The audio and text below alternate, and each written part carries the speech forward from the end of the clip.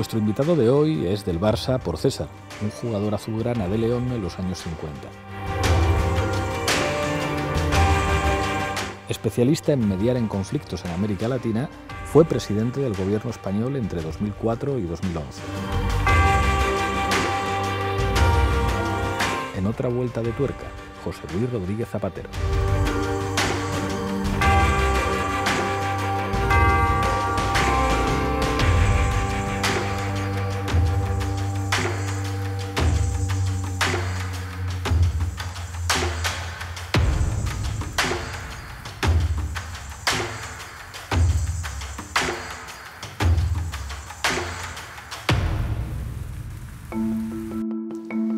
Presidente Zapatero, bienvenido a otra vuelta de tuerca. Bueno, todo llega en esta vida. Todo llega en esta vida. En este programa siempre preguntamos por la infancia. Creces en León. ¿Qué recuerdos tienes de esos años 60, de los últimos 15 años del franquismo, en una provincia pequeña, muy especial? Sí, tengo buenos recuerdos de la infancia. Pertenecía mi padre era abogado, una clase media provincial, que es lo que es, no de provincias, y tuve una infancia razonablemente feliz, pero desde muy pequeño, muy politizada, obviamente, porque una de las cosas primeras que recuerdo de mi toma de conciencia de la vida, digamos, fue que pertenecía a una familia de izquierdas que había sufrido la dictadura, que mi abuelo había sido fusilado un 20 de agosto del año 36, un mes después del alzamiento, que había sido un militar republicano. Y eso pues marcó toda mi formación, mi convicción, y muy especialmente el testamento que mi abuelo escribió la noche antes de que le iban a fusilar, que siempre he pensado muchas veces de mi vida que cómo se puede escribir con esa serenidad y con esa lucidez la noche antes que te van a fusilar, ¿no? En el año 76 asistes a un mitin en Gijón de Felipe González y aquella experiencia es muy importante para ti. ¿Por qué? Hay dos cosas que son muy claras en ese momento, ¿no? Que además siempre yo tenía un entorno, incluso familiar, pero y de amigos, más en ese momento de más vinculación al Partido Comunista, porque bueno, era el partido, era quien había estado más presente, ¿no? Sin embargo, yo siempre tenía en mi corazón que mi abuelo tiene una frase de soy militar y desde que pienso por mí mismo socialista. Eso me había hecho ya una predisposición, y aquel mitin nosotros pasábamos los veranos como muchos leoneses en Asturias, en Gijón, y fuimos a ver un mitin semitolerado de Felipe González. Era el primer acto colectivo en libertad, en expresión de la democracia, ¿no? El grito de aquel mitin lo tengo grabado, el grito que inundaba el pabellón, las lágrimas de la gente del socialismo asturiano, ¿no? Que era ni rejas ni fronteras, ni rejas ni fronteras. Y un Felipe González, en fin, arrollador, ¿no? O sea, a descubrir aquí la personalidad de Felipe, y desde aquel momento yo quería ser del PSOE, o sea, sabía que era mi partido, que había sido el de mi abuelo, y bueno, pues luché, y en esto es curioso, en la dialéctica familiar, en esos primeros compases, luego ya, obviamente, pues toda mi familia ha sido muy seguidora del Partido Socialista, pero quien me apoyaba más en la inclinación hacia el PSOE era mi madre, ¿eh? Mi madre, que es una figura que ha pesado mucho en mi vida, es decir, que una de las razones de mi feminismo militante es la vivencia con mi madre, de la constatación, como tantas mujeres que habían vivido en la España oscura, triste, machista, hasta límites insospechados, pues no pudo realizar muchas de sus aspiraciones vitales, de las que quería, de su vocación, en fin. He pensado mucho en ello y siempre recordando a mi madre, y ahora lo hablo con mis hijas, siempre pienso que nunca seremos, después de lo que ha sufrido la discriminación de las mujeres, nunca seremos suficientemente feministas los hombres, incluso en esta era, ¿no? De tu militancia en las Juventudes Socialistas, te quiero preguntar por un momento, cuando todavía eres estudiante de Derecho, es el 23F. ¿Cómo vives tú el 23F siendo un estudiante en una facultad, militante de las Juventudes Socialistas? ¿Qué recuerdo tienes? Haré un preámbulo, porque yo realmente milité poco en las Juventudes Socialistas. O sea, mi entrada fue directamente al PSOE. Y quiero explicar por qué. Porque fui, digamos, un chico mimado en el PSOE en cuanto entré, ¿no? Y esto explica tanto lo que es la memoria y por qué el PSOE ha tenido tanto apoyo popular, tanto apoyo social, tantos votos, ¿no? Cuando llegué al partido, con apenas 18 años, no los había cumplido, los veteranos del partido, que en aquel momento eran todavía un grupo importante en León, tenían una fuerza igual, en 80 o 100 personas que habían vivido todavía las consecuencias de la guerra, de la dictadura, que algunos habían estado en la cárcel, otros en el exilio, habían vuelto. Cuando dijeron, se ha afiliado, yo no fui durante unos años zapatero en el PSOE, era el nieto del capitán Lozano, el nieto del capitán Lozano. Y de hecho me metieron ya en las ejecutivas, nada más empezar, y eso, bueno, me dio. Entonces todos los veteranos enseguida me proponían para todo y me cuidaron muchísimo. O sea, ya estaba activamente en el PSOE. Aquel día lo viví como, bueno, como el fin, o sea, como que llegaba el fin de lo que aún no había casi nacido. Y lo viví con plena conciencia. Estaba estudiando un parcial, yo creo que es de Hacienda Pública, que teníamos en cuarto de carrera.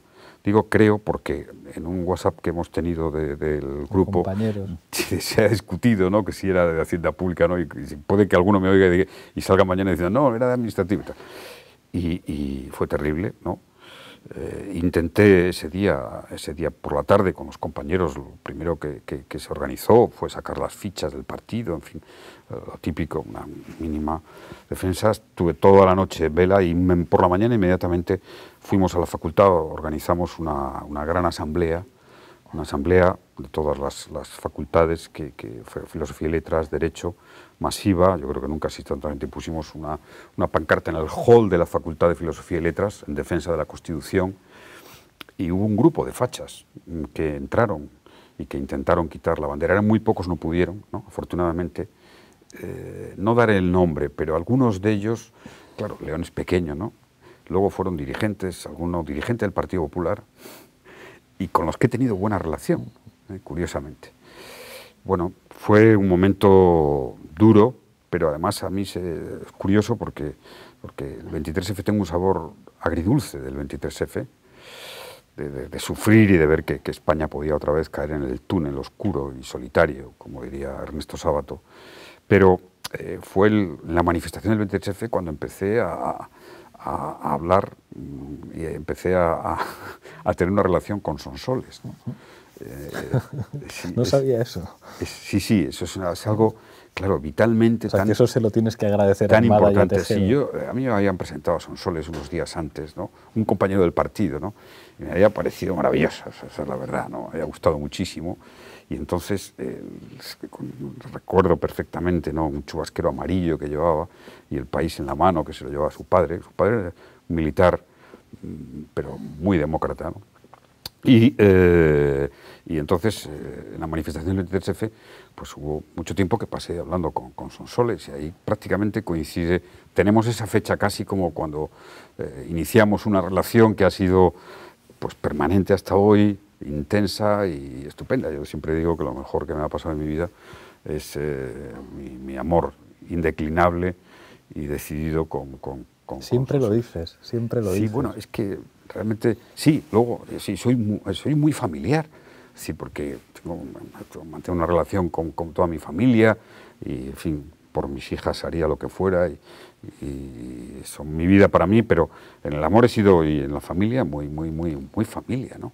Entonces siempre, cuando toda la gente que me conoce, cuando me acusaban de destruir la familia y de que me iba a cargar la familia y tal, todo el mundo que me conoce realmente decía, pero si este es el, entre comillas, el más soso que hemos conocido, ¿no?, a esos efectos. Entonces, bueno, pero ese es mi recuerdo y tengo la satisfacción de que pertenecía a una generación mayoritariamente de una convicción democrática muy profunda. Es la generación que cumplimos 22 años con octubre del 82, con la victoria de Felipe, tengo siempre, cuento la anécdota que de mi curso de Derecho igual fueron 70, 80 personas a ser interventores del PSOE. ¿No? Es una generación la generación que nacimos en el 60 es la generación que más ha votado al PSOE más fielmente durante toda la democracia. Fuiste diputado desde el año 86. A mí me han contado diputados veteranos y también algunos Ujieres veteranos, Paloma, que se jubiló hace muy poquito. Paloma, encantadora. Me han dicho, Iglesias, esto en los 80 y en los 90 no tenía nada que ver con lo que es desde que llegasteis vosotros y que llegaron otros partidos. ¿Qué diferencias aprecias? Porque el otro día, en la sesión de investidura, pues ya lo viste, aquello fue enormemente tenso y difícil, y había algunos diputados que me enseñaban vídeos de decir, mira, aquí venía Francisco Letamendia, decía no sé qué, y aquí se escuchaba todo el mundo y no había ni de lejos lo que hay ahora. ¿Qué diferencias ves tú, digamos, del ambiente parlamentario de los 80, de los 90, de los 2000, con respecto a lo que se ve ahora? Bueno, hay algún momento que yo viví de dureza, ¿no? Pero fueron muy esporádicos. Algún momento siendo Felipe González presidente y la oposición dura de los momentos más enconados, que fueron desagradables. En mi etapa viví dos momentos difíciles. Contigo empieza la crispación, o sea, empieza un estilo de la derecha que yo creo que se extiende. Yo creo que empieza, mi análisis es que empieza, siempre la derecha ha tenido alguna dificultad para digerir las derrotas. No. Por decirlo de manera suave. Sí, ¿no? Es verdad, pero también creo, lo tengo muy analizado, creo que al final lo acaban digiriendo y luego normalmente eso lleva a un proceso en el que tendrán problemas internos en la derecha, ¿no? Como ha habido en el proceso si analizamos, ¿no? Fíjese que el momento cuando en el 93 la derecha por primera vez es competitiva, porque la mayoría del PSOE de Felipe González hasta el 90, los 90, era inapelable y por tanto ahí no había nada que discutir. En el 93 ya tuvieron un amago con aquella noche electoral en la que Gallardón y Arenas ponen en cuestión, durante un rato solo, pero ponen en cuestión el resultado electoral. Y luego, claro, ganan las siguientes en el 96, ahí no hay problema, obviamente, ¿no? Hasta que pierden en el 2004, ¿no? Esto es importante tenerlo presente. En el 2004 pierden en un momento difícil para España, fue después del atentado del 11 de marzo, y ahí pasan un tiempo prácticamente deslegitimando la victoria electoral. O sea, yo siempre he dicho que soy el único presidente de gobierno que he comparecido a una comisión de investigación casi para dar explicaciones de hechos que eran del gobierno anterior. O sea, a mí no se me olvida mi debate con en aquel momento Eduardo Zaplana, que era el portavoz del PP, dando yo explicaciones prácticamente del atentado. O sea, es que, no decir, y hubo frases en ese momento como que yo había llegado ahí montado en unos trenes a la presidencia del gobierno. Es decir, una dificultad evidente para digerir la derrota, y es lo que estamos viviendo ahora, en mi opinión. Pero fíjese, de ahí parte, yo creo, la ruptura de la derecha y el nacimiento de Vox, de la negación de la victoria del 2004, de la teoría de la conspiración del atentado del 11M, con el diario El Mundo, peones negros, claro. Peones negros, la confabulación. A partir de ahí arrancan con la derecha débil, Maricomplejines Rajoy, luego la versión más actualizada fue la derechita. Es importante esto, porque, claro, el problema es que Aznar y el aznarismo más duro no quieren reconocer una derrota. No quieren reconocer una derrota en buena lid que en buena medida se había producido por el descomunal despropósito de la guerra de Irak, que fue realmente lo que movilizó en gran medida esa victoria electoral, más allá de otros errores de la mayoría absoluta clara del PP. Y no querían asumir porque, oye, el PSOE cuando pierde siempre tiene un punto de autocrítica y luego un congreso deliberativo duro. Esto no pasó, no hizo eso el Partido Popular, y se ha mantenido esa línea hasta que, en fin, hay un antes y un después que explica lo que estamos viviendo y vamos a vivir, que es el Congreso del PP.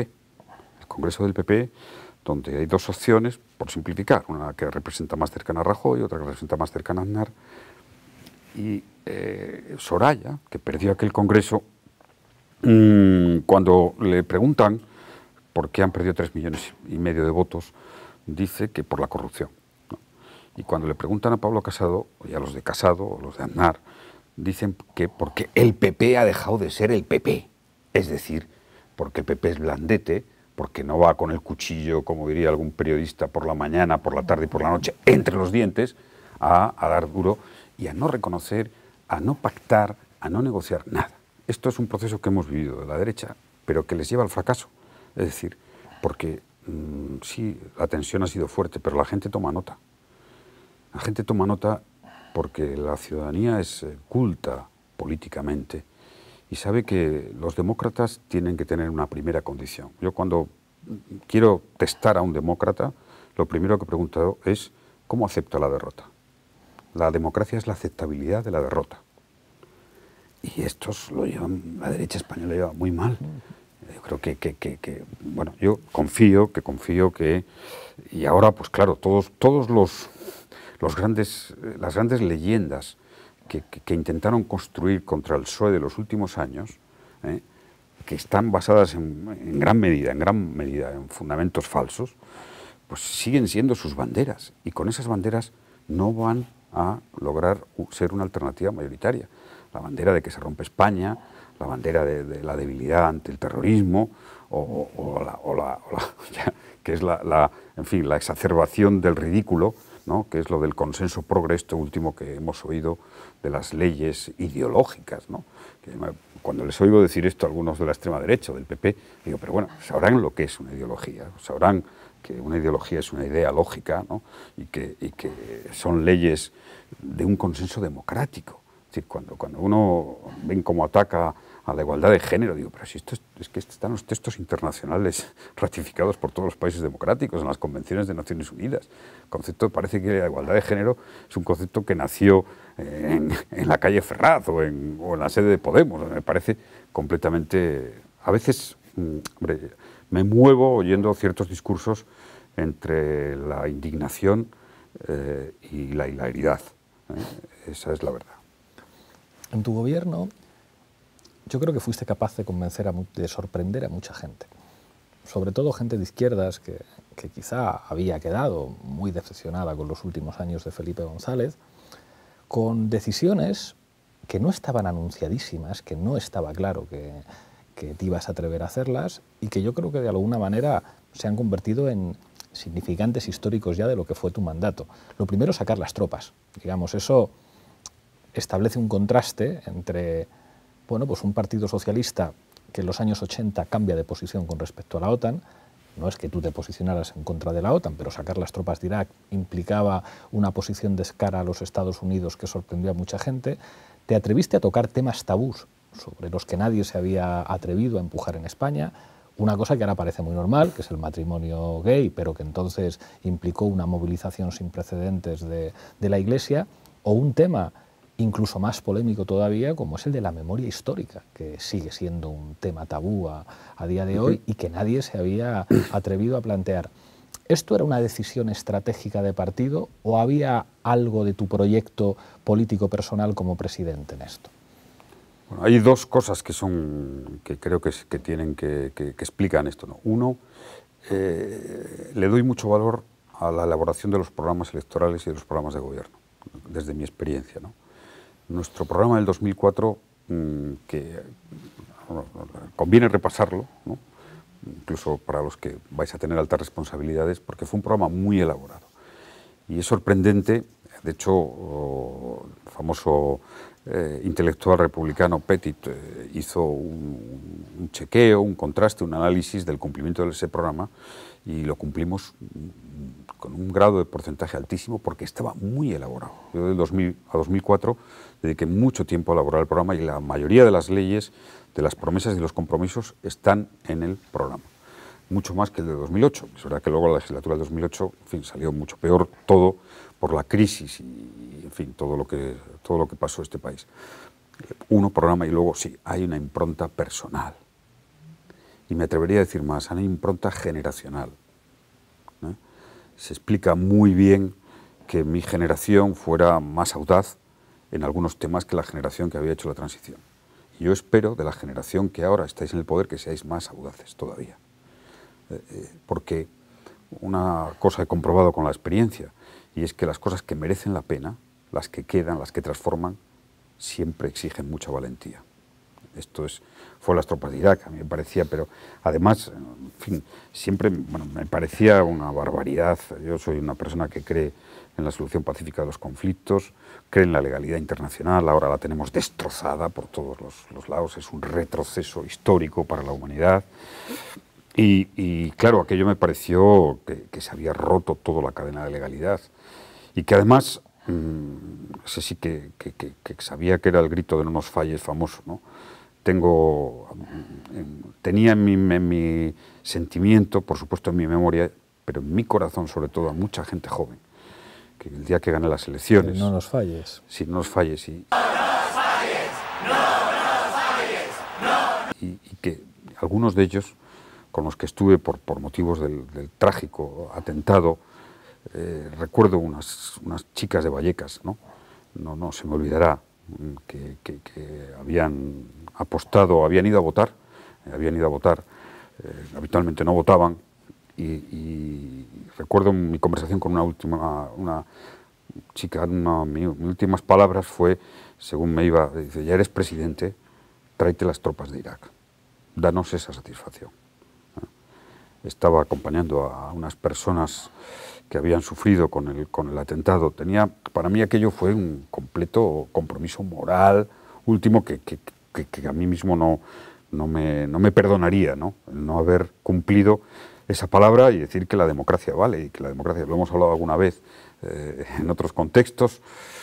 Yo lo he dicho muchas veces, que hay que tener una gran fe en la democracia que tenemos, que prácticamente se asemeja a la mayoría de las democracias como estadio, ¿no?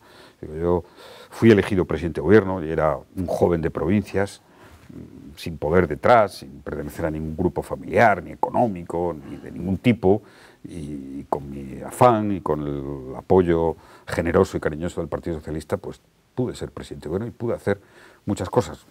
Por supuesto, me hubiera gustado hacer más. La ley de memoria también tiene una explicación generacional. Esto es importante, ¿no? Fíjese que repasar los antecedentes de todo siempre explica las claves de lo que hay detrás.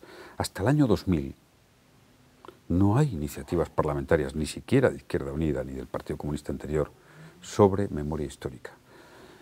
Empieza en el año 2000 porque una nueva generación toma la palabra sobre este tema, pregunta. En el año 2000 es cuando se constituye la Asociación por la Memoria Histórica. Con Emilio Silva. Y exactamente, en el año 2000. Sí, sí. Es decir, y es comprensible. Es decir, hasta ese momento había una especie de consenso no escrito sobre, bueno, en fin, la verdad, ¿no? Miedo. Pero el miedo para mí es muchas veces un rasgo de inteligencia. O sea, yo no reprocho a la generación que hizo la transición que no fuera más allá en la memoria, no se lo reprocho. Pero a mí me reprocharía que una vez que el país se ha consolidado en la democracia, no hiciéramos cosas tan elementales como reprobar en toda su extensión la dictadura y, sobre todo, el derecho personal, que para mí es un derecho humano, un derecho fundamental de las personas que no saben dónde están sus seres queridos, y no abrir la puerta y darles las posibilidades para que eso se reconozca. Me conmueve haber asistido a actos donde he estado con personas de 80 y tantos, 90 y tantos años y que han conseguido saber que su padre, su tío, estaba en esa fosa común, le han podido rendir homenaje y siempre me dicen: ya me puedo dormir, ya me puedo morir tranquilo, ¿no? Esto es, en fin, un país no puede tener esta herida abierta, porque es un país imperfecto, es una democracia imperfecta. Y lo que me preocupa es que la derecha lo haya visto como algo contra la derecha, cuando al revés, yo creo que la derecha nos daría una lección moral, y yo estoy dispuesto de todas las ideologías políticas a reconocer lecciones morales si se pusieran al lado con nosotros, con todos, a que ningún ser esté sin identificar a ninguna persona y que todas las familias estén tranquilas y que los símbolos de la dictadura estén fuera de nuestra memoria, porque fue los 40 peores años de la historia de España, ¿no? Entonces eso moralmente me produce, digo, bueno, la derecha necesitamos antes o después, y ahora lamentablemente parece que vamos en regresión, ¿no? Un momento de cierta expectativa con el mejor Rajoy, ¿no?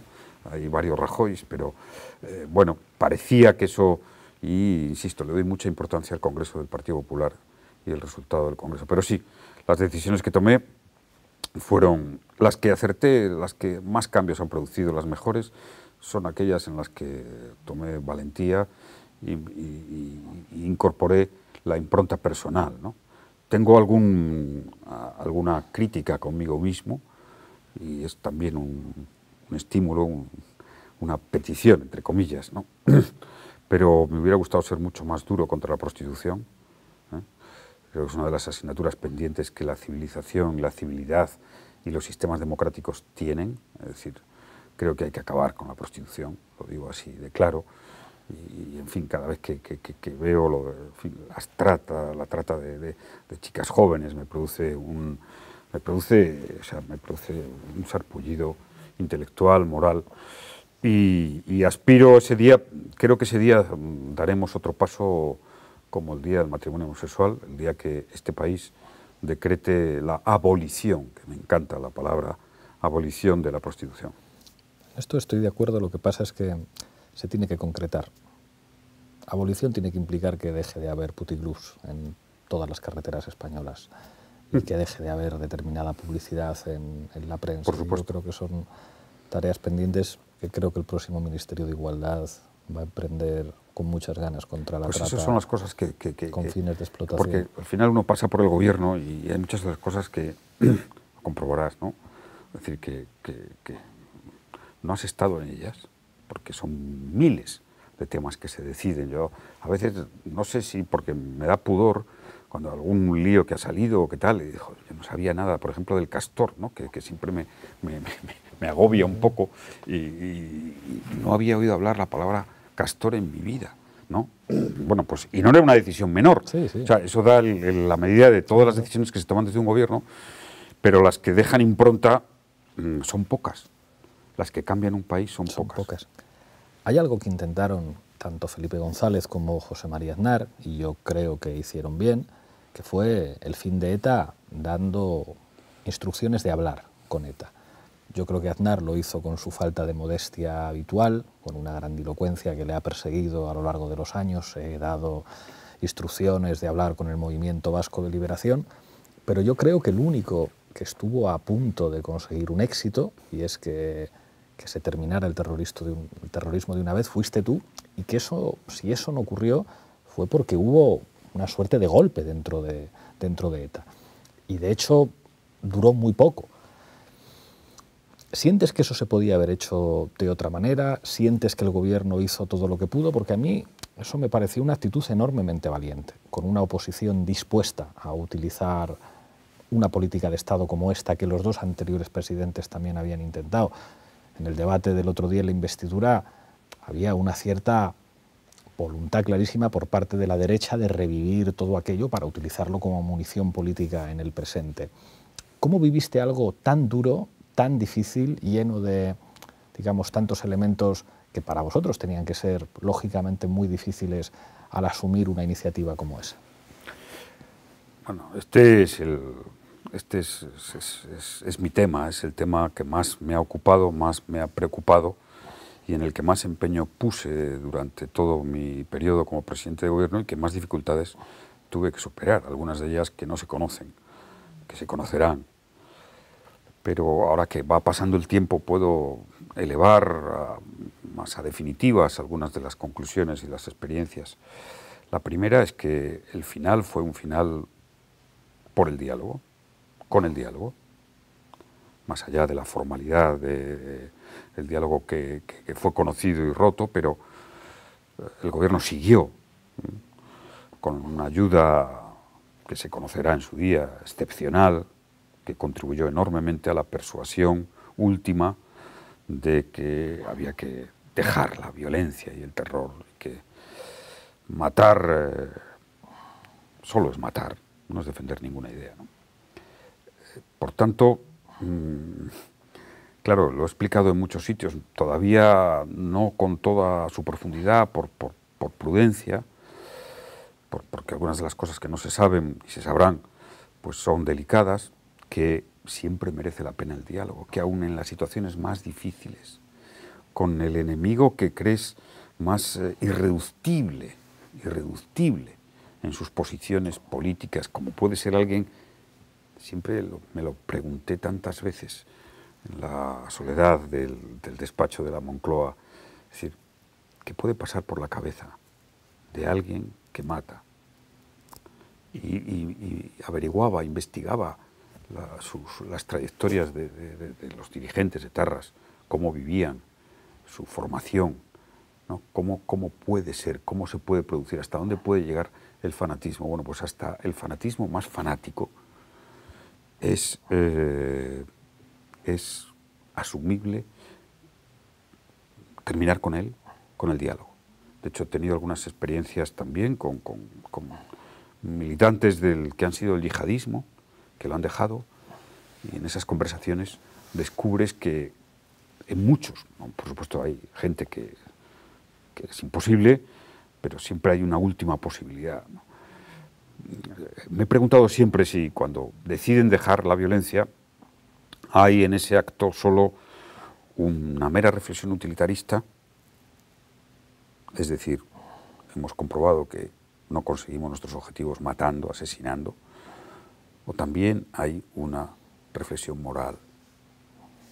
Este es uno de los dilemas que me persigue, ¿no? Quiero pensar que hay algo de lo segundo también. Quiero pensar por la fortaleza de los valores democráticos. Por eso me parece insólito, que fácil se nos olvida la historia, ¿no?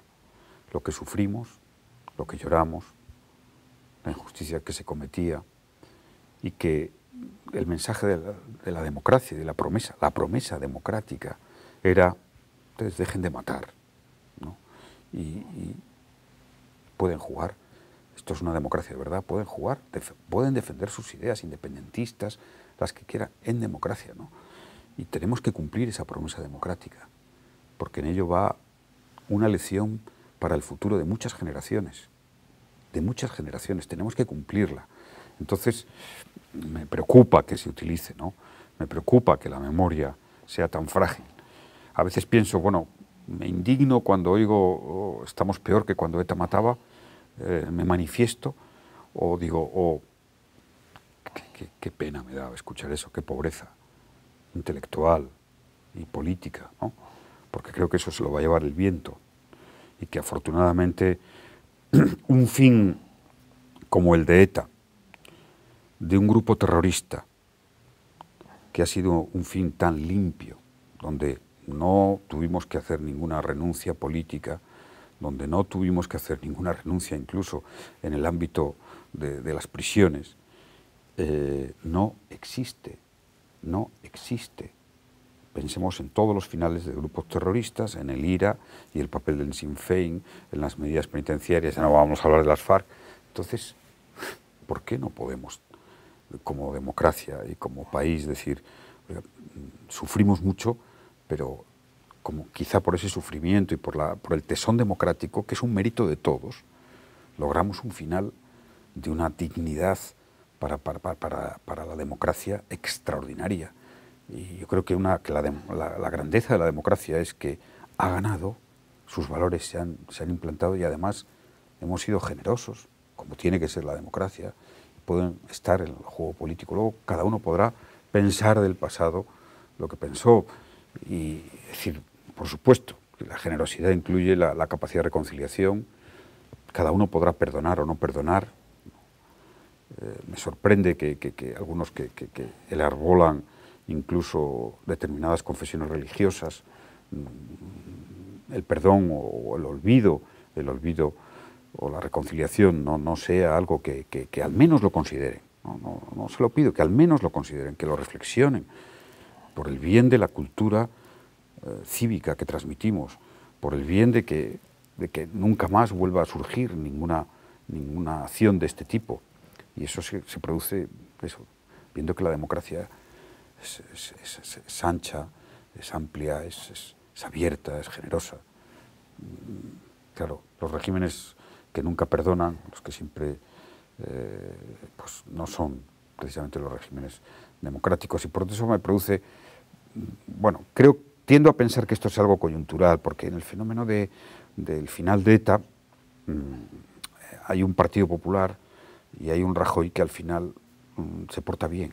Rajoy en privado era mucho más sensato que en público con este tema. Pero hay algo que yo siempre subrayo y que se olvida, y es que cuando llega noviembre de 2011, cuando llega el final de ETA, el anuncio que nosotros conocíamos perfectamente, por supuesto, y sabíamos cómo se iba a producir, yo días antes ya hablo con Rajoy y se lo digo, viene esto, es serio, no ha habido nada a cambio, además le digo cómo se ha producido, dónde está la cúpula, quién lo ha hecho, quién ha participado, y Rajoy me cree.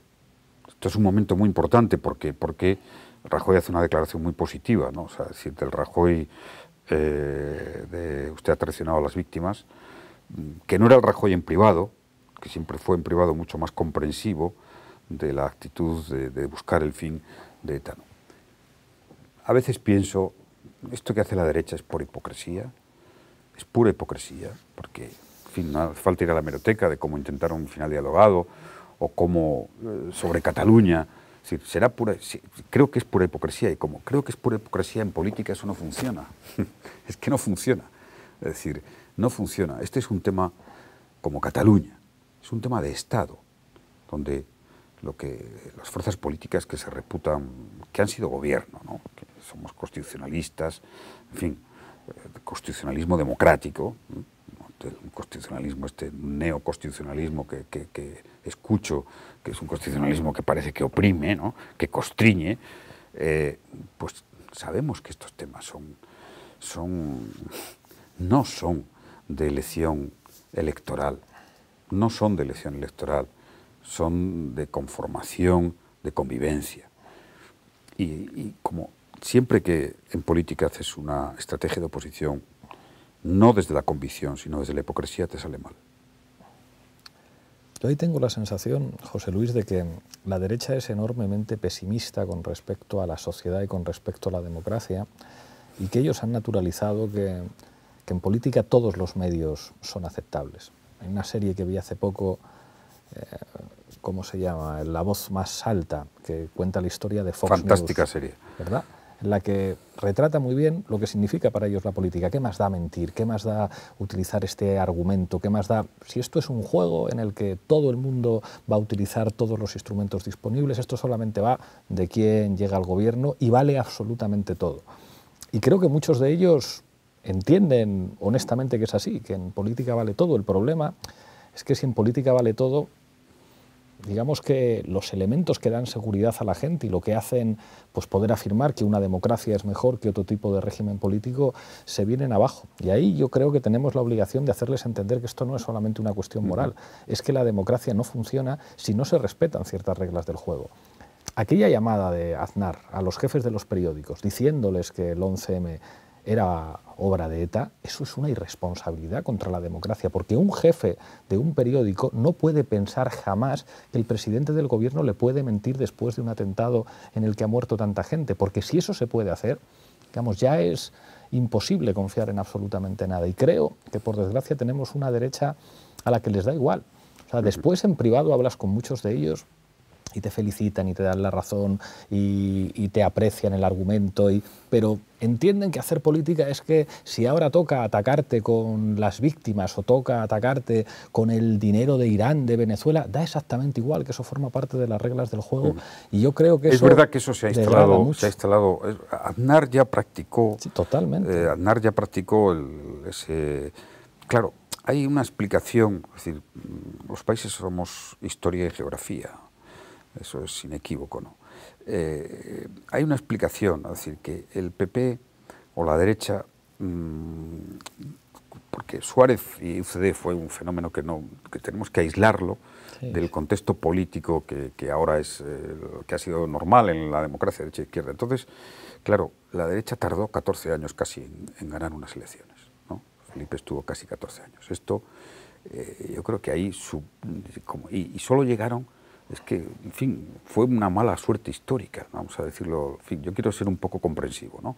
Fue una mala suerte histórica que llegaran solo exacerbando la crispación y utilizándolo todo, como utilizaron para la última etapa del gobierno de Felipe González, porque hay una parte de esa derecha que cree que ese es el método, y, sin embargo, en mi opinión, es un grave error. O sea, la derecha, el centro derecha en España, cuando más posibilidades tiene de ganar unas elecciones es cuando se modera, ¿eh? Vamos, lo tengo clarísimo. Y mucho más, en fin, esto espero que no lo descubran, mucho más cuando utilizan el tema nacional como el gran tema. ¿Por qué? Porque hay una mayoría que está siempre, y creo que no va a cambiar, por encima del 50%, es decir, esa convocatoria a la ruptura de España, que la derecha hace en Colón, supera apenas el 40% en el mejor de los casos. Porque, en mi opinión, hay casi un 60%, 50 y tantos largos, que es toda la España periférica y la España de izquierdas, con más clarividencia política, que sabe que eso... Que no está ahí. Que no está ahí. Sobre esto, tú eres del Barça.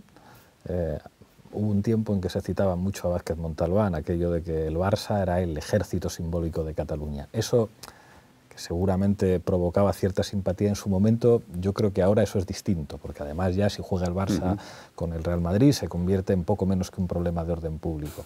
Claro, visto en perspectiva, yo me acuerdo de cómo se atacaba, digamos, tu plan con Pascual Maragall de hacer un nuevo estatut de Cataluña que de alguna manera actualizara los deseos de la ciudadanía catalana, digamos, dentro de un marco constitucional, pero que de alguna manera reconociera ciertos elementos que la sociedad catalana estaba exigiendo en su conjunto. Claro, eso ahora lo firmaría todo el mundo en España. Lo dijo Soraya, vamos. ¿Verdad? Y Rajoy lo podría reconocer, en fin, sé que, claro, después de la que organizó, pero todo eso explica, claro, es que, en fin, volvamos a la explicación.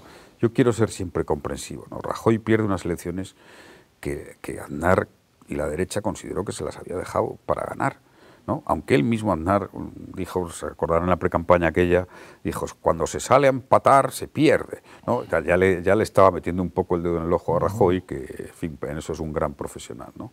En aquella etapa. Pero, es decir, responde a lo mismo, ¿no? Se encuentran de repente con una mayoría del Partido Socialista y entonces, bueno, los dos grandes apuestas en términos políticos, la economía estaba muy bien y tal, que yo hago son el fin de ETA y dar un nuevo marco de relación a Cataluña, porque había esa demanda, porque creo que era posible y era bueno, y decir, por lo menos vamos a tener otros 25 años a Cataluña, ¿no? Post-puyolismo, otros 25 años a Cataluña en el marco de la convivencia, teniendo en cuenta que Cataluña es fundamental para España. Es que forma parte de lo mejor que representa este país. Entonces, yo siempre me he pensado, igual que por supuesto otras comunidades autónomas, ¿no? Pero siempre he pensado que España debe hacer todo lo que pueda porque que haya el mayor número de catalanes que se sientan más o menos a gusto con España, siempre, porque es así, y que además que nuestra diversidad no es un problema, es una riqueza.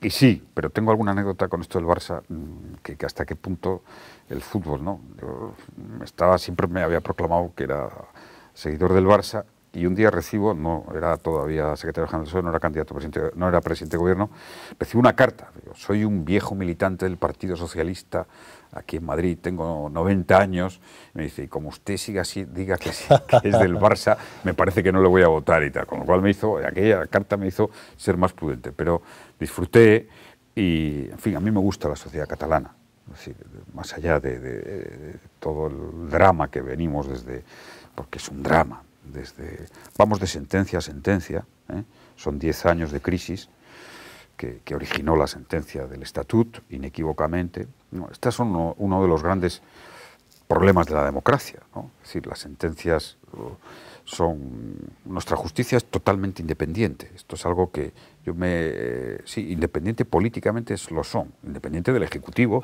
y del Legislativo. Formalmente. Eso es lo que es independiente, ¿no? O sea, que deciden autónomamente, desde unas convicciones o desde una visión del derecho, de la democracia, la que sea, pero que deciden libremente, lo que quieren, totalmente. Sí. Y además en eso yo fui, en fin, como buen republicano que procuro ser, republicano institucionalista, fui muy cuidadoso, es decir, he comentado en alguna ocasión en privado que en mi etapa de presidente de gobierno yo nunca hablé con un magistrado del Tribunal Supremo, nunca. Tuve un respeto ni con el presidente de la CNMV, al fiscal general del Estado le veía una vez al año y solamente hablábamos de la política criminal, de las grandes líneas, y el gobernador del Banco de España, pues también un respeto, en fin, bueno, pues los gobernadores del Banco de España se consideran como una gran autoridad y demás. La justicia es independiente, es claro, pero no cabe ninguna duda que las sentencias provocan unos efectos políticos que luego tiene que gestionar la política.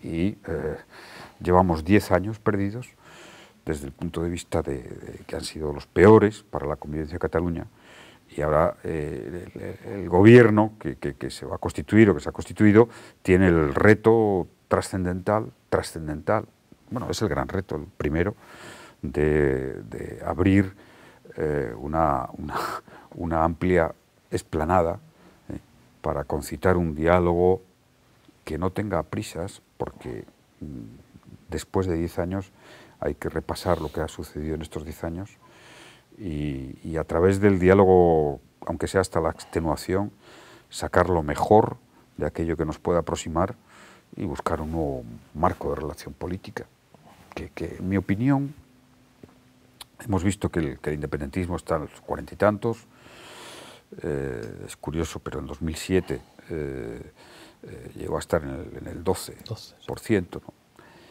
Es decir, esto es posible. Es decir, que es muy importante tener siempre presente que, afortunadamente, como no puede ser una democracia abierta, que la democracia es siempre un proceso abierto, la gente cambia de opinión en función de lo que se ofrece políticamente. Prueba de ello es que los resultados electorales son tan cambiantes. A veces tendemos a pensar que eso es inamovible y que, no, oiga, la independencia en el País Vasco está ahora en un 15%, en un 15%. Casi es testimonial. Y fíjese lo que hasta dónde llegó cuando hubo aquel momento en el que el PNV y Bildu, lo que soy Bildu, pues estaban a punto de dar el salto con el plan Ibarretxe y demás, ¿no? Es decir, no. Yo conozco a muchos catalanes que hoy están apoyando el proyecto, los partidos independentistas, que perfectamente pueden entender un proceso y estar en la convivencia con el conjunto de España. Creo que es un consenso que lo que acabó con tu gobierno fue un terremoto de alcance europeo y mundial, que es la crisis económica. Y que, bueno, creo que para cualquier gobierno sería muy difícil gestionar y sobrevivir algo como eso. Tú has reconocido que te arrepientes de dos cosas: de no haber sido capaz de preverlo antes y de no haber pinchado la burbuja inmobiliaria. Yo tengo la sensación de que de las derrotas se aprende mucho más que de las victorias. ¿Qué aprendiste tú de los efectos políticos de una crisis, bueno, casi sin precedentes en las décadas inmediatamente anteriores? Bueno, es verdad que la crisis que vivimos en 2008, cuyos efectos están todavía vivos, total, y explican muchas de las cosas que están pasando en el mundo, de la desvertebración que existe, de la elevación del nivel de protestas, de las crisis serias que hay en algunas regiones. Dicen los economistas, ya no me atrevo a citar a un economista porque tuve tantas referencias, tantas noticias, que se produce una vez cada siglo, ¿no? Por tanto es muy excepcional, pero soy un poco más escéptico en cuanto al futuro en ese sentido. Debato con mis amigos economistas y me dicen, no, bueno, eso es porque quieres, decir, un poco liberarte psicológicamente de lo que pasaste con la crisis. Por cierto, que hoy mismo me he acordado de ti porque estaba en una reunión con la Asociación de Personas Sordociegas. Estoy en el patronato de la Fundación del CERME y Mujeres con Discapacidad, y bueno, sigo trabajando mucho, es, en fin, una de los temas que más me motivan, ¿no? Y bueno, que por cierto espero que el gobierno sea muy sensible, ¿no?, a la problemática. Hay cosas que se pueden hacer y que cambiar la vida completamente a las personas, ¿no? La problemática de las personas sordociegas es una crueldad, pero si tienen una guía intérprete a su lado todo el día, pasan del silencio, del vacío, de la incomunicación a la comunicación. Y esto es lo que merece la pena de la política, ¿no? Pero cuando entraba a la reunión, que siempre me tiene mucho afecto y mucho cariño, una de las personas que allí trabajaba me ha dicho una expresión muy cariñosa, el presidente que más me ha gustado, tal, dice, hasta el 135. Digo, no puede ser, no puede ser que el 135 son los 3 números, es el número que más que más ha sido invocado en mi vida y que tal. Bueno, lecciones he aprendido. Bueno, tenemos, quiero decir, Occidente tiene un grave problema. Las economías desarrolladas tienen un grave problema. ¿Por qué?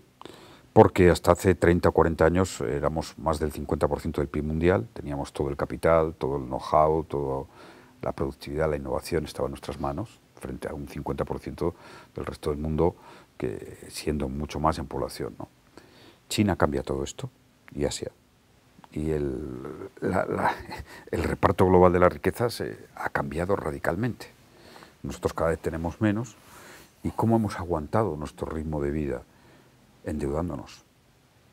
O sea, la deuda que tienen los países desarrollados es un factor que a mí, yo lo discuto mucho con economistas, ahora está todo el mundo más o menos relajado, pero cuando uno piensa la deuda que tiene el mundo, dices, bueno, nuestra capacidad de productividad, de producción, no ha logrado encontrar una palanca y un resorte que sirva para mantener los niveles de riqueza y de bienestar que aspiramos en las sociedades avanzadas, y por tanto hay un problema ahí de fondo muy serio que Occidente enfrenta, y esto es a largo plazo, ¿no?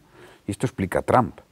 O sea el American First y el blanco americano al final ve que está perdiendo poder en el mundo y que incluso esa riqueza indiscutible está amenazada por los cambios, y entonces se refugia, es la tendencia defensiva, que no sirve para nada, que estropea más las cosas, ¿no?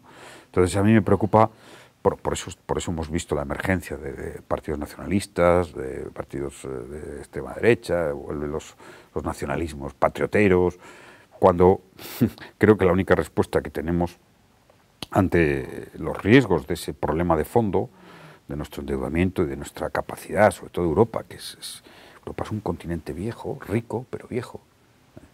Es cómo encontramos las nuevas fuentes de un crecimiento vigoroso, como fue el despliegue industrial, o como la primera parte de aportación de la revolución tecnológica, de Internet, pero que eso no está produciendo el valor que debería, y tenemos un problema muy serio. Entonces la lección, que es preocupante endeudarse, pues el 135, que es un tema que nos ha enfrentado democráticamente, por supuesto, ¿no? Es decir, y que, bueno, es otra de las cosas que aprendes, si te va a pasar en el gobierno. Hay cosas que pasan y son de una manera, pero en la percepción global van a quedar que han pasado de otra. Por eso descreo bastante de la historia que nos cuentan, ¿no? Descreo. Yo he estado en el puesto de mando de la historia, algunas de las cosas que he vivido sé cómo son, y luego para la mayoría de la gente... El relato que se ha impuesto es diferente. A mí me ha costado explicar y defender ante mis amigos más queridos que a mí nadie me sugirió el 135. Y esta es la verdad, nadie me lo sugirió. No, pero yo sé que no me cree la gente. Entonces fue una idea personal que ayudaba en ese momento. Es decir, oye, compromiso de la estabilidad fiscal, en la que creo, ¿no? Y firmemente, porque ojalá nunca te pase.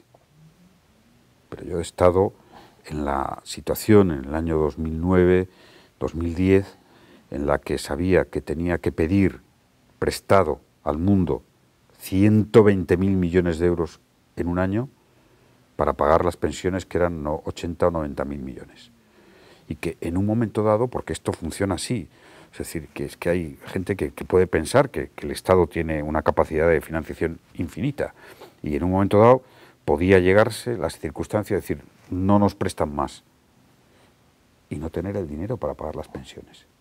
O sea, esta angustia que se puede llegar a vivir es intransferible.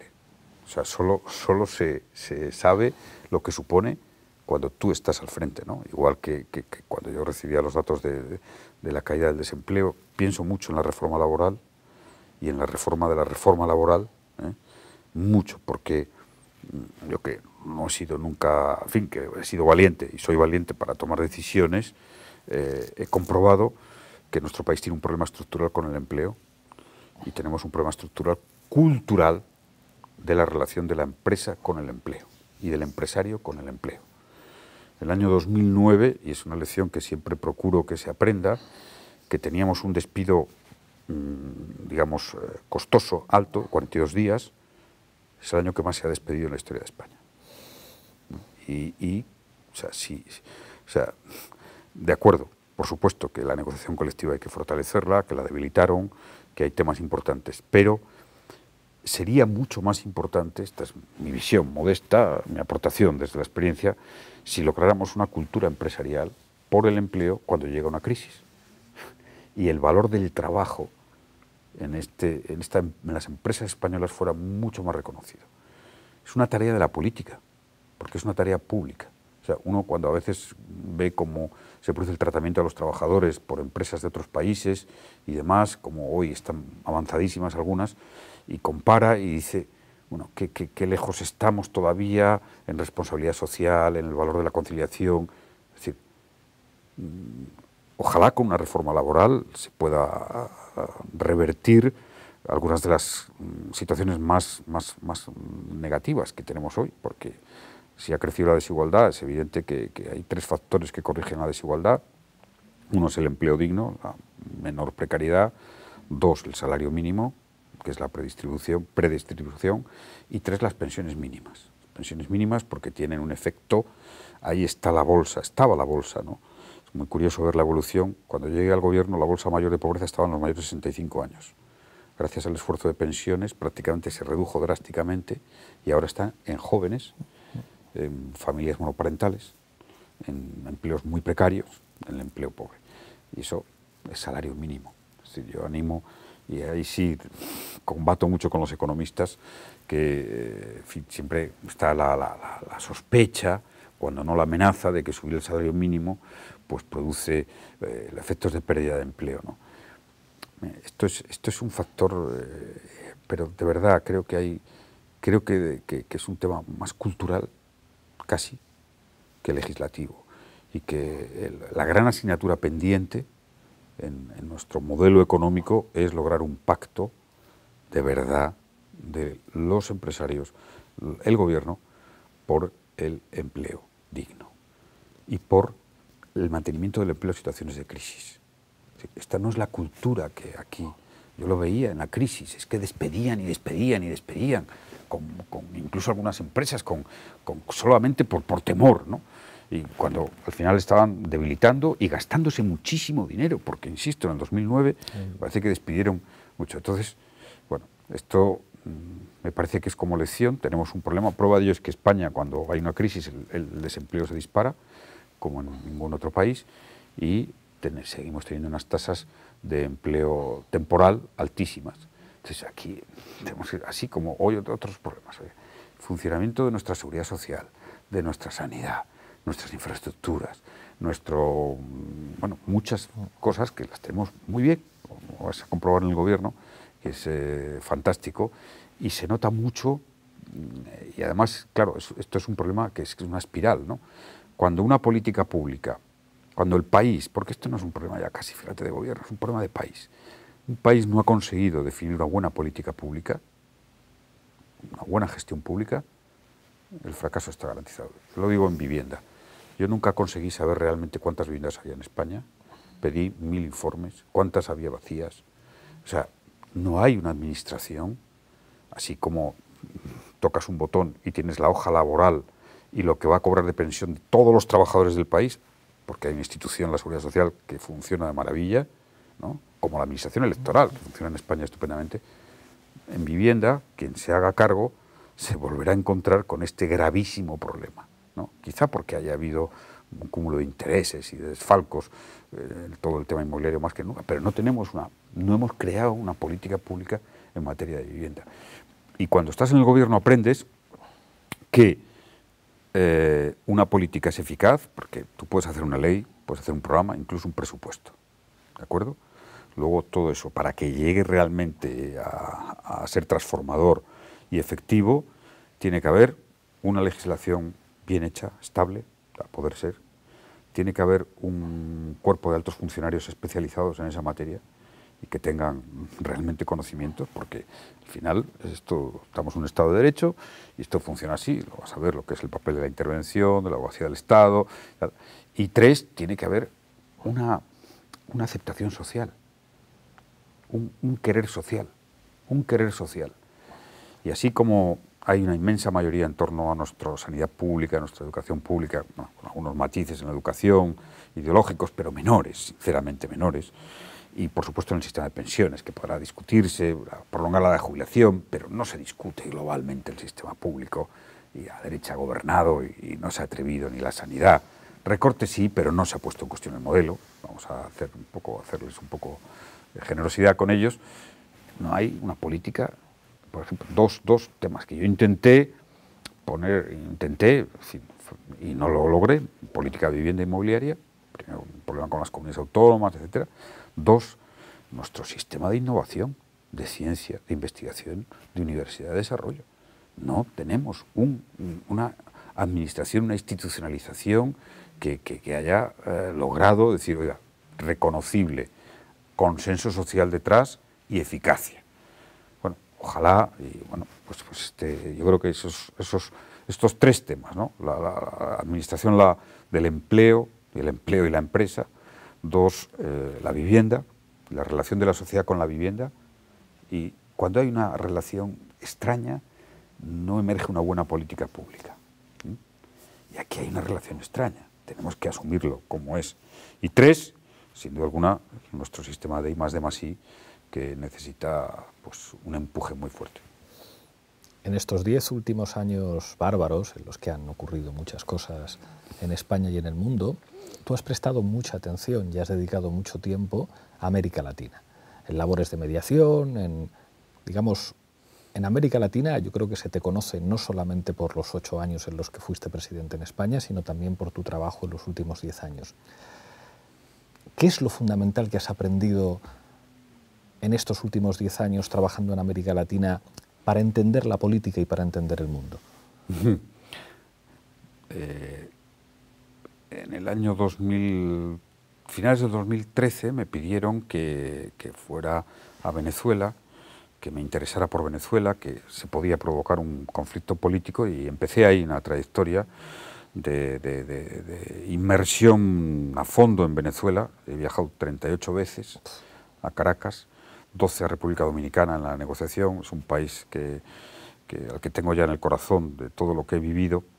Y de ahí, pues lógicamente, porque Venezuela ha sido el epicentro del conflicto en Latinoamérica, pues he tenido relación, conocimiento, ¿no? Es decir, España es lo que es y sobre todo es lo que puede ser con Latinoamérica, por Latinoamérica. Es decir, cualquier país europeo daría todo lo que tiene por tener el vínculo histórico, cultural y social y económico que tenemos Latinoamérica. Latinoamérica es el continente con más futuro, es un continente joven, muy joven, hay que entender esto, ¿no?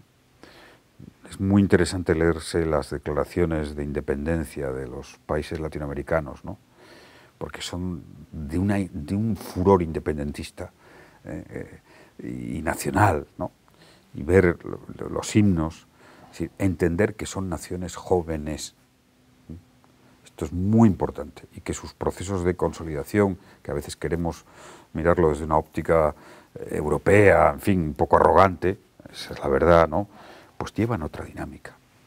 Y con la experiencia de Venezuela aprendí algunas de las cosas de cómo se mueve el mundo, que no había conocido como presidente del gobierno.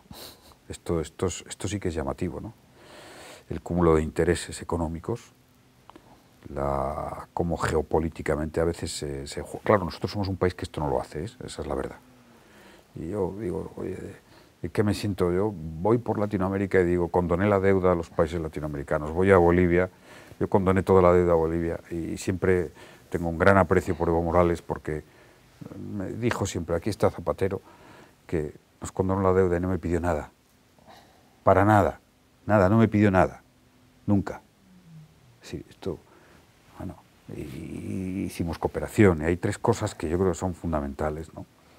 La cooperación al desarrollo con Latinoamérica, el trato a la inmigración, al inmigrante americano, que en fin, me parece esencial que nuestro país destaque por ser un país de acogida y un país, es nuestro ser, ¿no?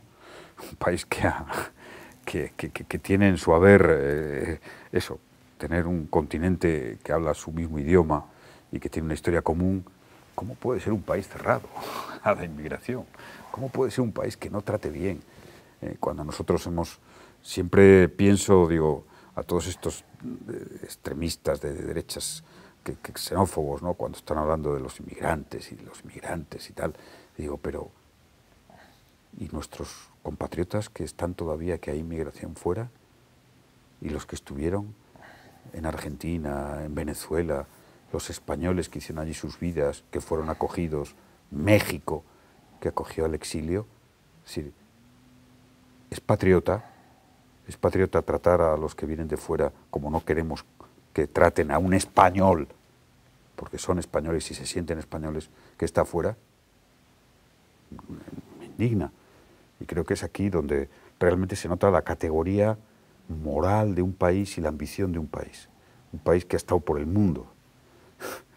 Tiene que ser un país abierto y entender este problema. Por tanto, me parece que es fundamental cooperación al desarrollo e inmigración y España debe liderar con Europa o Europa detrás de España, porque siempre lo que haga España en Europa hacia Latinoamérica es lo que marca, ser quien lidere la solución pacífica de los conflictos y quien en este momento grave en Latinoamérica, muy grave, sea capaz de refundar consensos democráticos, porque tenemos un riesgo evidente de vuelta de gobiernos autoritarios.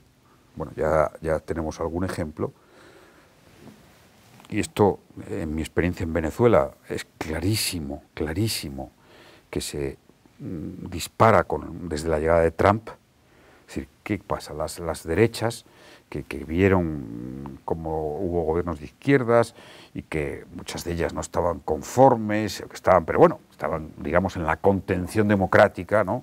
Ganan varios gobiernos, pero bueno, todavía no estaban, digamos, en el radicalismo. Se radicalizan cuando hay un presidente en la Casa Blanca que es más radical que ellos y que les da carta blanca. Claro. Y que desde la Casa Blanca lo que se emite es que vamos a acabar con el muro de Berlín en Latinoamérica, ¿no? Y que, es decir, yo lo he visto, más allá de la situación interna de Venezuela, el laboratorio, en gran medida, era Venezuela. Si no, no hubiera habido Grupo de Lima, ¿no? Ahora hay un Grupo de Puebla, ¿no?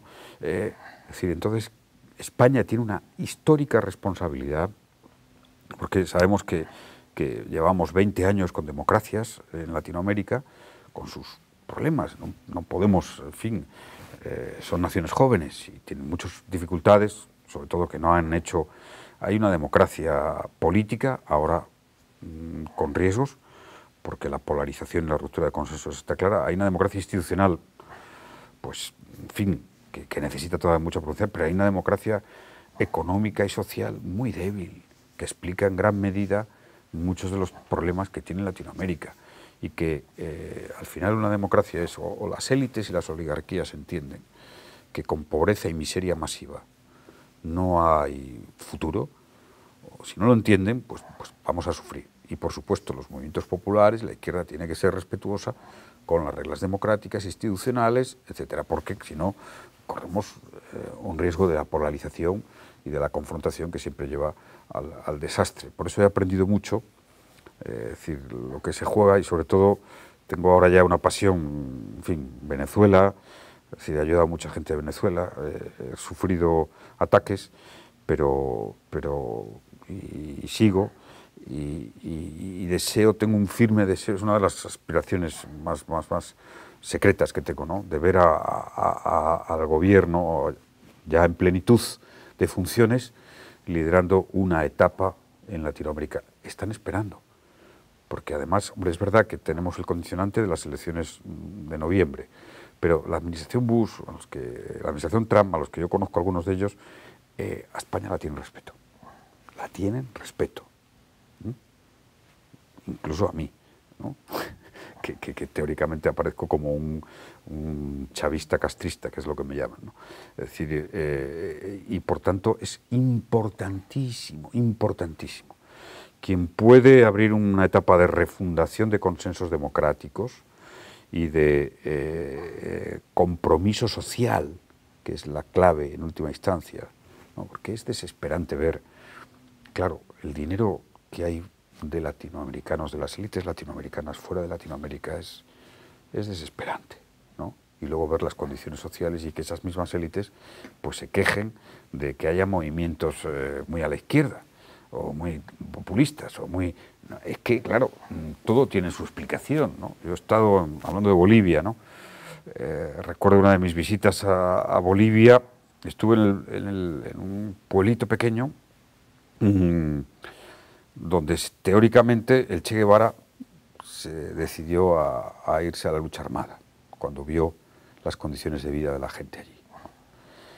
Bueno, y asistí a un acto, ese pueblo, después de los años, después de más de 60 años, y una etapa de Evo Morales, que ha hecho muchísimo por los más pobres, ¿no?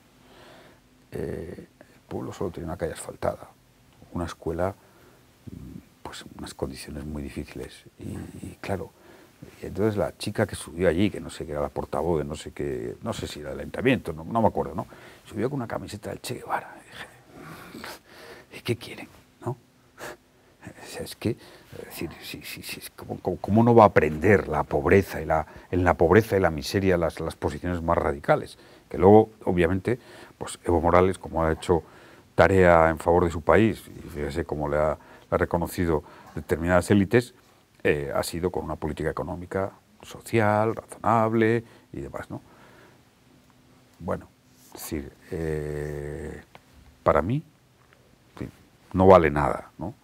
Pero para mí la política que el próximo gobierno haga en Latinoamérica será el elemento, el fiel de la balanza por el cual yo me haga el juicio sobre esa política exterior, que es importantísima. La gente, los asesores electorales siempre dicen que no influye. No estoy de acuerdo, para nada. No tendrán influencia directa, claro, pues, evidentemente se debate poco, pero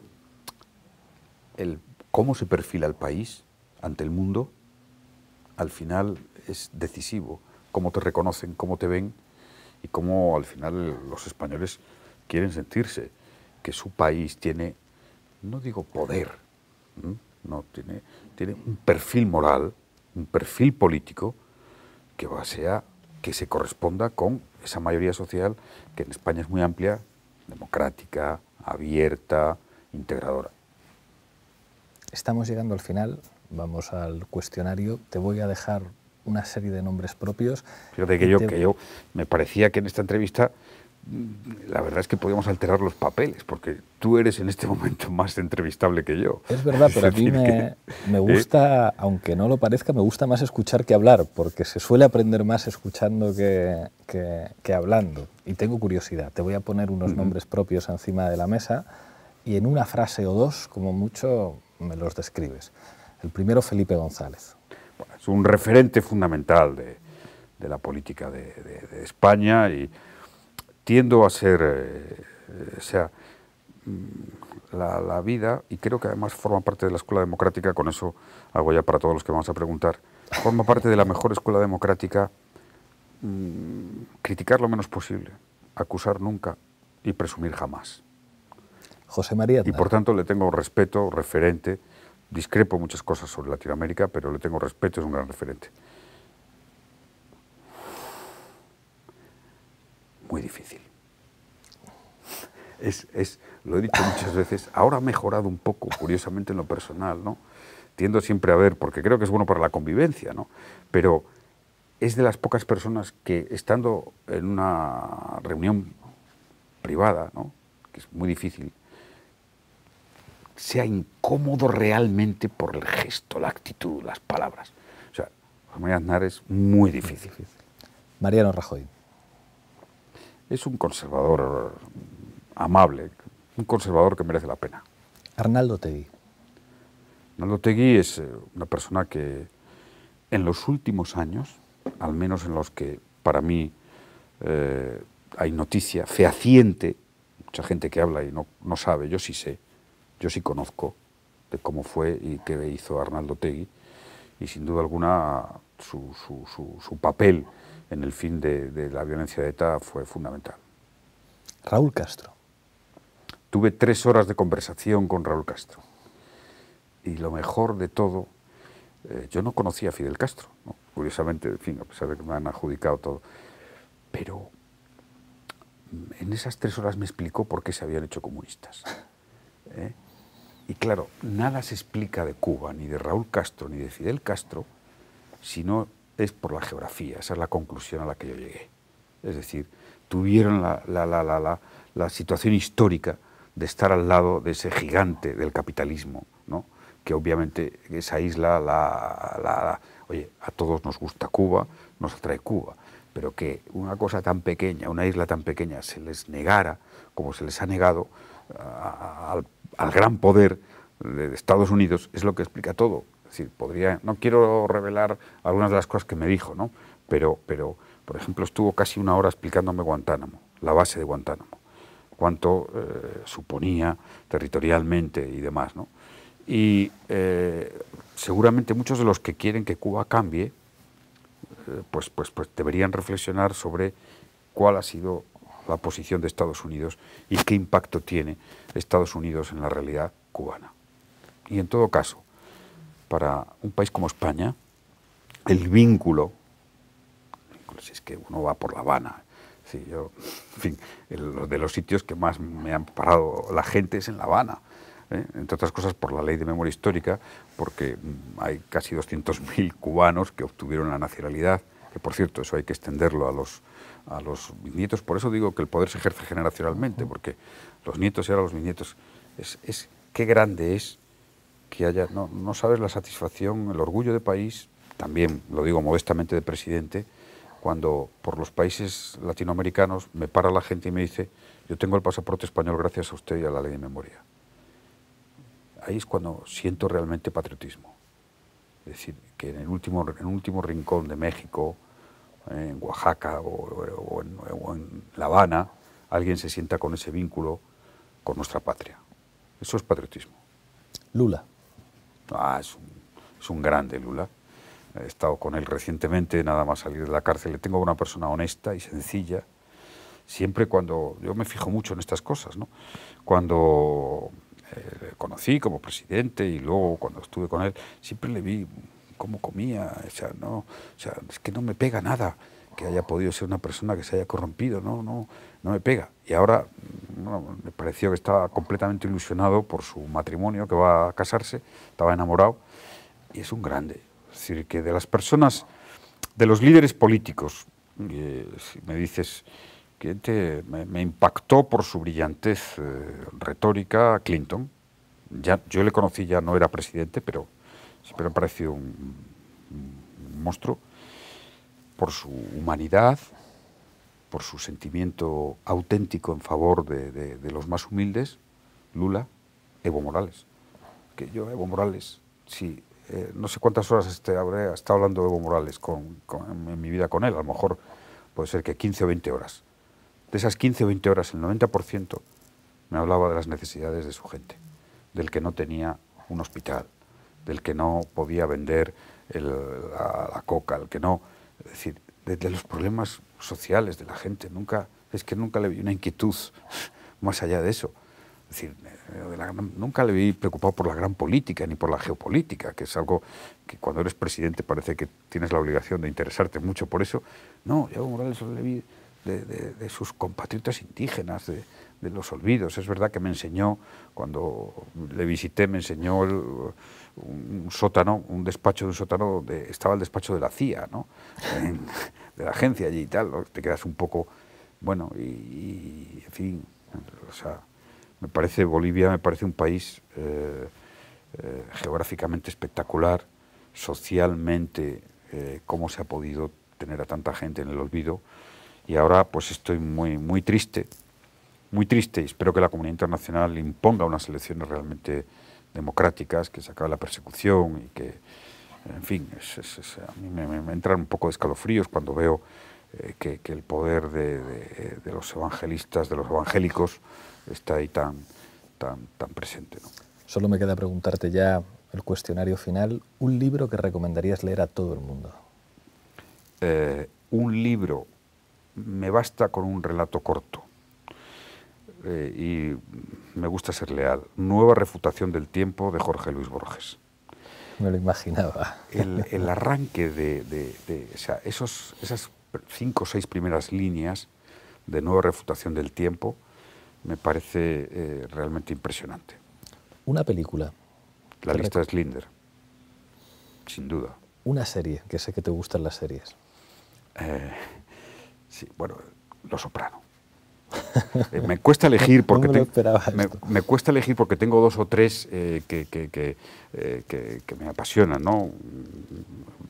True Detective, la primera parte, pero no soy, curiosamente, esto sí que es un problema psicológico, quizá no soy de series políticas o de que las que se... A mí me pasa también porque hay que desconectar un poco de vez en cuando, no, ¿verdad? A mí me pasa por otra razón, ¿no? También, y es que salvo Borgen en la primera temporada, es muy buena, buenísima, todo lo que he visto de series políticas no se me parece a la realidad de lo que yo he vivido, ¿eh?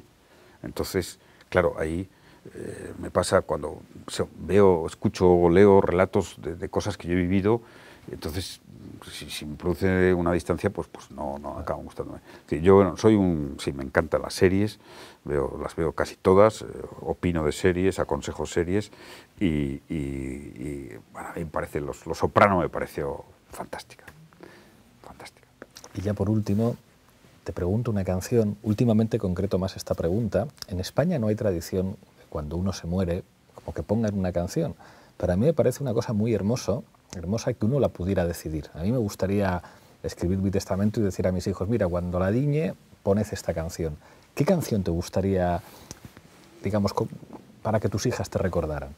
Pequeño Val Vienés, de Leonard Cohen, que es de un poema maravilloso de García Lorca, y que además mi Sonsoles tuvo en fin, la brillante idea de los 25 años de nuestro matrimonio, pues con sus amigos que la cantaron en la fiesta que tuvimos. Qué hermoso. Y, o sea, García Lorca, o sea, es que murió tan joven, ¿no? Y produjo lo que produjo, es decir, me parece el poeta de los poetas, ¿no? Y Leonard Cohen, ¿no? Ese pequeño Val Vienés, García Lorca representa todas las cosas que yo admiro están en García Lorca, y toda la música que me entusiasma está en Leonard Cohen. Ya solo tengo que pedirte que cojas con la mano izquierda la taza de la tuerca y mirando a esta cámara brindes por lo que quieras. No, voy a brindar por la salud y el éxito del nuevo gobierno. Muchas gracias, José Luis.